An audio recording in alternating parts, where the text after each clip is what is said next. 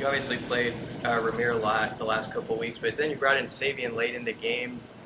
Just how have you seen him kind of stick with it, and how do you feel about just the running back picture as a whole right now? Well, it's kind of a musical chairs changing landscape every week, and it's based on who plays the best, also based on who's available.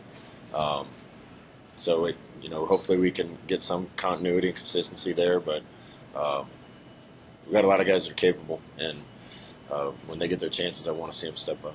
Just generally speaking, with offensive linemen, is it more difficult to switch sides than it is, between guard and tackle on one side, or what is that challenge like to sort of adjust that on the fly? Yeah, I've never played the position. Certainly it's different than playing one side receiver and going to the other. There's more right-handed things and left-handed things that happen, but we got some guys that are capable of playing on both sides and several guys that rep on both sides. So we got to get our best five out there.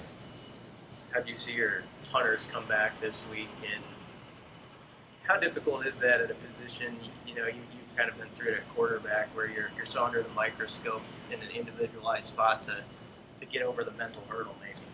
Yeah, both guys punted great in practice again. They punted great in practice last week. We need it when the game's happening, and they're going to be under more of a microscope now because of what's happened. Get put in those situations. Some guys rise to the occasion, and others don't do well and falter. So I just want to see somebody punting the ball that when the chips are down, they're going to do what they're supposed to do. Forecast looks like a lot of weather in the area this weekend. Do you guys do any kind of specialized practicing, training, like with football, stuff like that? Yeah, we do stuff with wet balls. Forecast, hopefully the rain will be all done by game time. Most of it is quarterback, making sure your quarterback's capable of handling a wet ball and throwing a wet ball. Both our guys have big hands and haven't really noticed any problem with a little bit of moisture on the ball. So we'll get them ready, but I don't think it'll be an issue for Adrian or Logan. What's the challenge with Northwestern's defense? Northwestern's had one of the best defenses in the league since I've been in the league, and probably before that. They're really sound. They play hard. They're smart. They don't fall for a lot of things. They keep everything in front of them.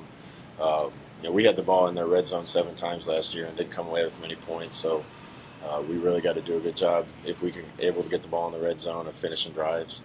With the way our defense is playing, we got to take advantage of the opportunities we get on offense. Scott, how do you see your team respond attitude-wise this week? Did you sense any sort of hangover from last week's Huskers?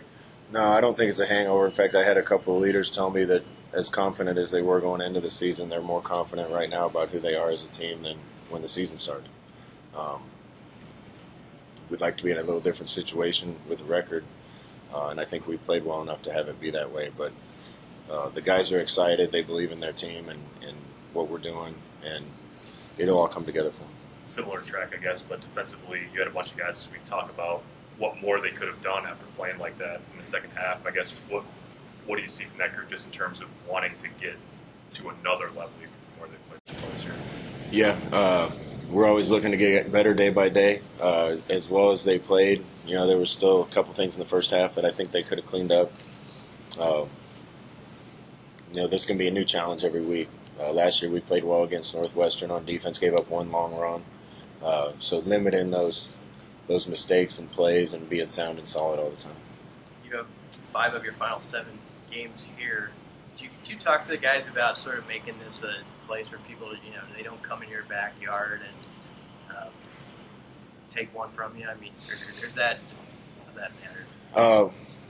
We don't specifically talk about that. I want the guys as ready as they can play for every game. The crowd that we get here gives us a big boost. So without having to say anything, I think it helps us to be in front of the Husker faithful.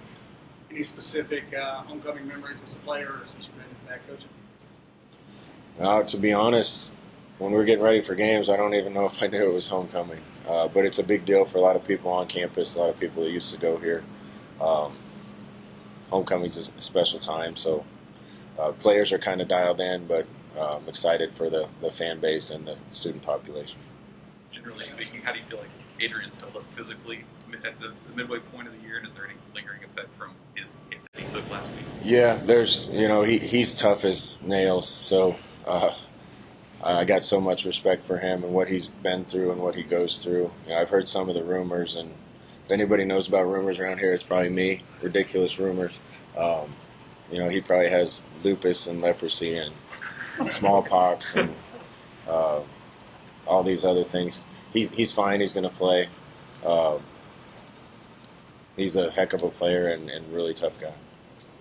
All good. Thank you. Thanks. Thank you.